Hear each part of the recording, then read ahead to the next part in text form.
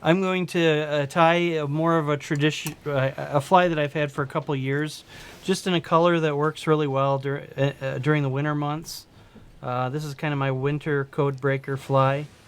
Um, so named because I was having a hard time catching fish, and I came up with this fly and it broke the code. So Nice. I'm a simple man. So Love it when you can crack the code. So, there's a lot of ways that you can add weight to a fly like this. Um, you can add weight underneath it with a bead chain or with lead eyes.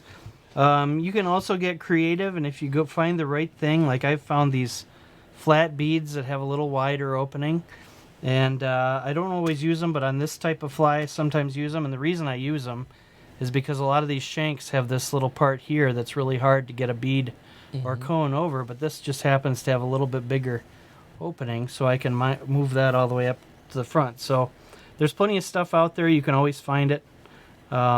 This is called a rondelle bead, and I shamelessly shop at craft stores for things like that. But anyways, if you like your weight at the front and you still want to use a shank, this is a really good, simple way to do it too. So, and that's sometimes how I weight this fly that we're going to do.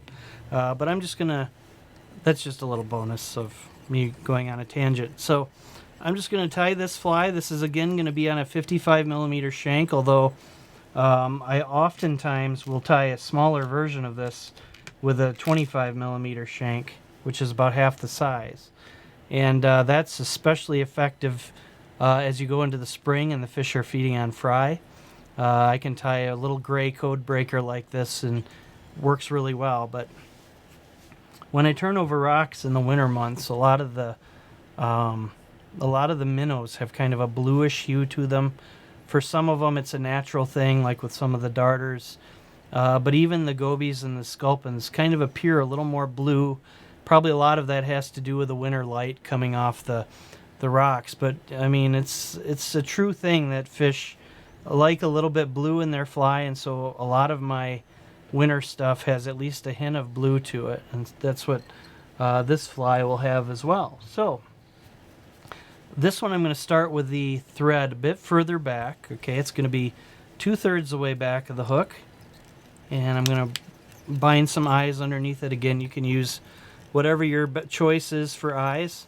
For me, this kind of 6 millimeter bead chain is kind of a 6 millimeter bead chain is kind of a standard weight of an eye. Now, if I want this to, in the wintertime, a lot of times I'll fish this around trout as well as around steelhead. And if I'm trying to catch just steelhead, I'll go with that heavy braid that I showed you before.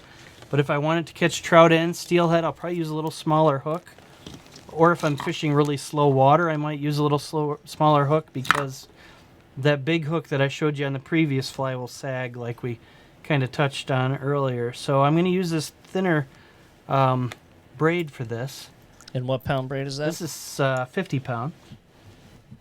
And 60 pound is really kind of an ideal.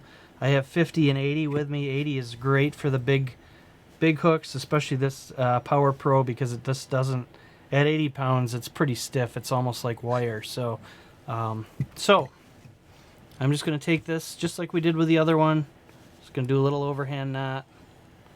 The smaller the braid is, the easier it is to work with on the vise. But of course, that's a mixed blessing, because it can also foul a little bit easier, although this stuff is pretty good.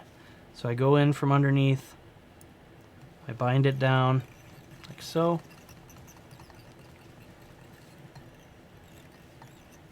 And I bring my thread forward.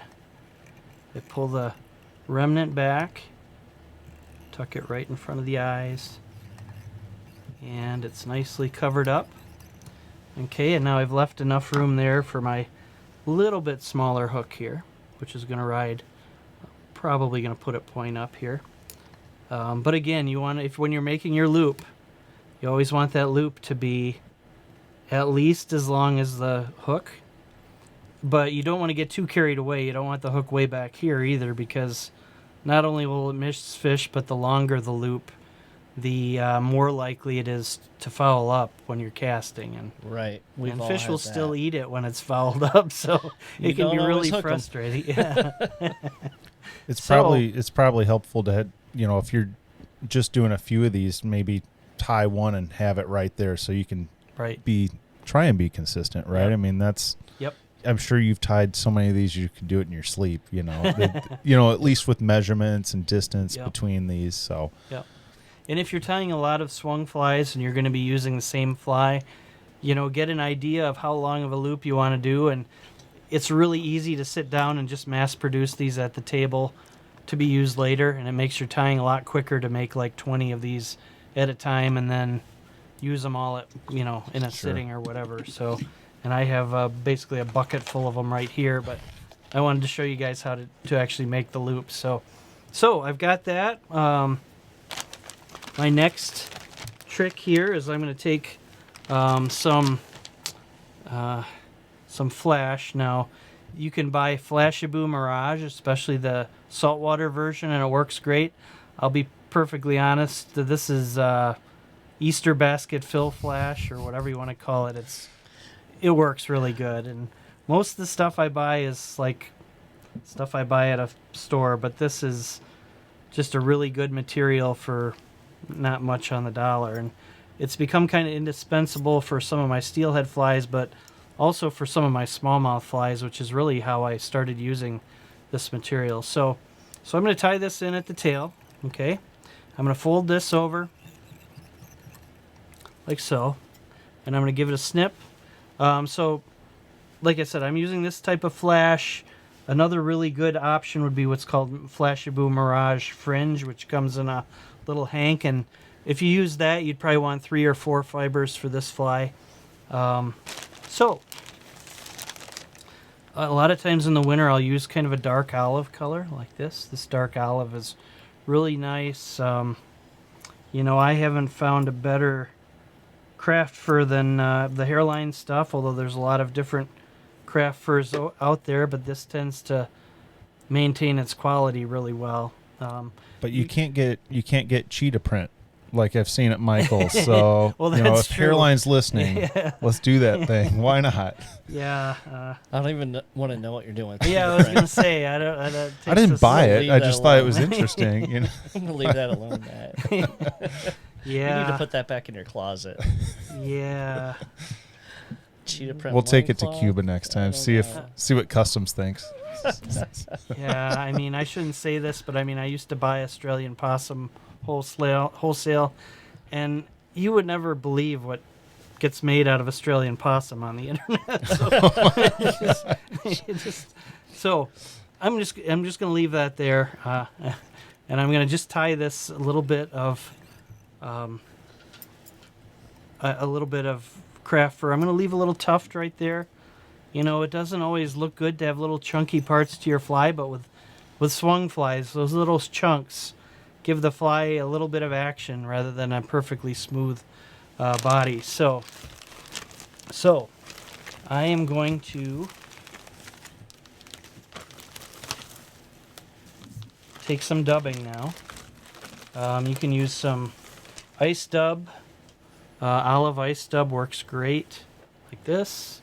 If you wanted your fly to have a little more bulk, you could use some of the dubbing like I showed you before. This is a light olive color of that. Or you could use mohair, which works great, olive mohair.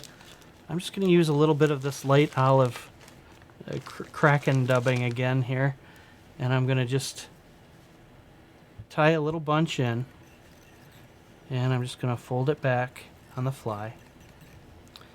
And I'm going to give it another just a little bunch of this. And it's okay to have gaps in your fly. The fish really, they don't really care that much. So this is what we have so far. We have a tail, and we have a craft fur, and then we have a little bit of body material. I'm going to use a couple of mallard flank feathers on this. I'm going to use blue dyed to give it that winter coloration a little bit. Okay. I'm just going to take it, much like we did with the schlappen earlier. I'm just going to take it.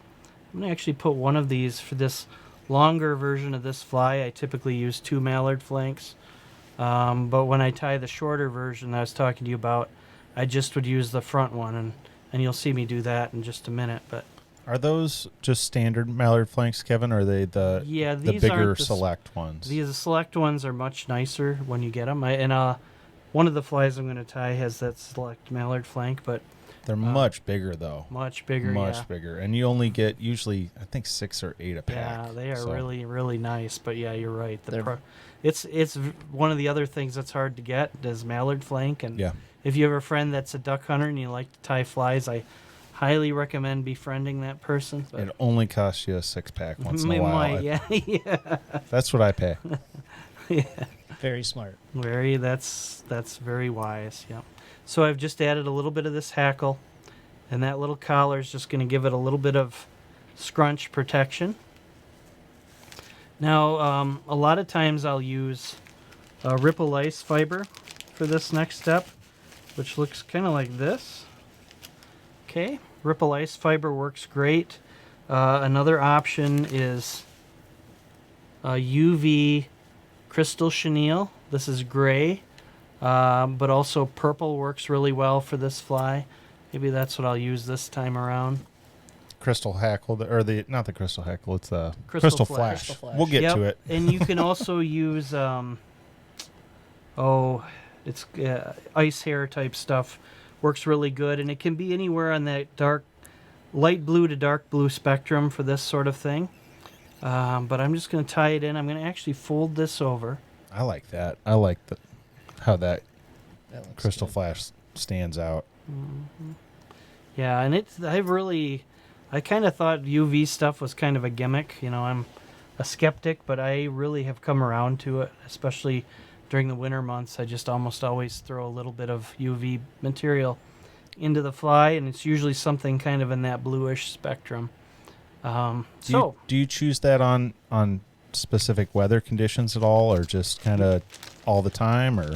Usually when there's snow on the ground, yeah. Okay. You I know we have some guys that it's all about light conditions, sometimes more than water conditions, and Yep. that was a big misunderstanding when it first came out for me. Was I thought, oh, dirty water, I want something bright. I think UV, and Yeah. I think we've seen almost, sometimes the opposite. And everyone's got their own system, but Well, I and was it just does curious. vary from river to river in Michigan. Yes. That's one thing.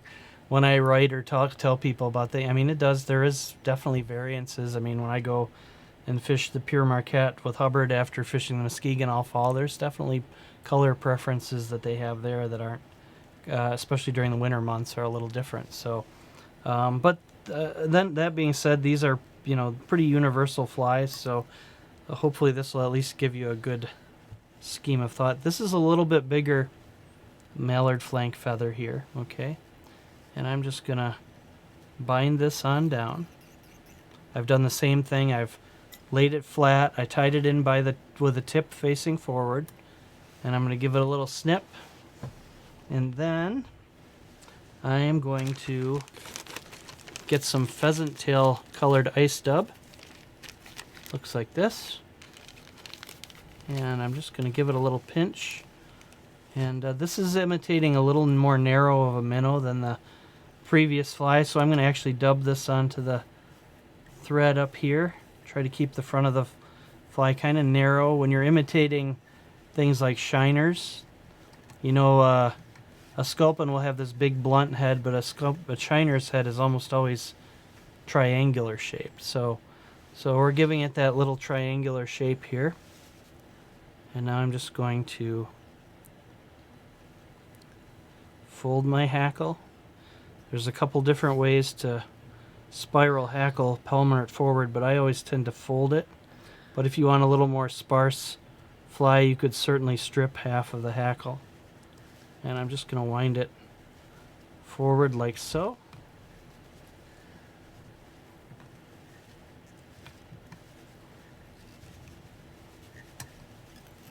It's personal preference, but I tend to always wrap away from me.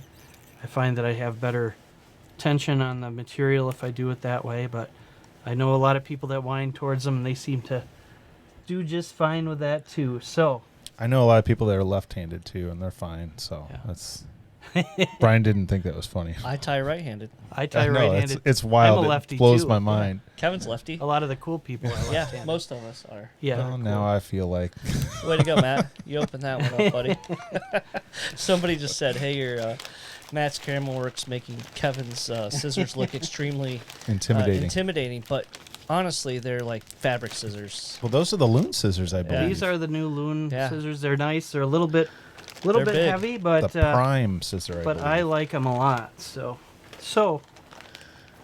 I've got just one more material I'm going to add to this fly, and it's one of the best flashaboos for winter flies. If you can get a hold of it, this ice blue flashaboo is money for winter steelhead flies. It's also got kind of that UV hint to it, and I'm going to tie a handful of strands here. That's a bit longer, probably almost twice as long as the fly itself. And I'm going to tie it over and under.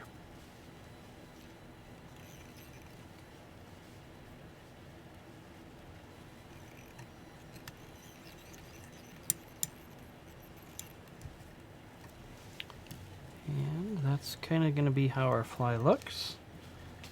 And I really like that blend of olive and kind of And the UV blue. I would not have thought to necessarily put that olive and blue together. Yeah, because we see tons of black and blue. Right. That's kind of the I like standard this hobo olive and blue. spay style, but I like that. And I do love blue when there's snow on the ground as well.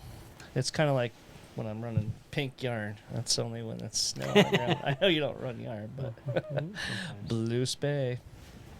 so there you go. I mean, with blue, it's a color that can really overpower your fly. So if you're trying to keep it imitating something kind of natural, you don't want to get too carried away with the blue. The next fly I'm going to tie is an attractor, and that has a lot of blue. And that's a little different story because I don't really care if it looks like something in nature. So I'm going to tie that. Awesome. That's the winter code breaker right This there. is the winter code breaker. breaker. Yep, and I'm going to put that little hook on the back of it. Like so. See, that's what happens when you get a little older. Your eyes aren't quite the same.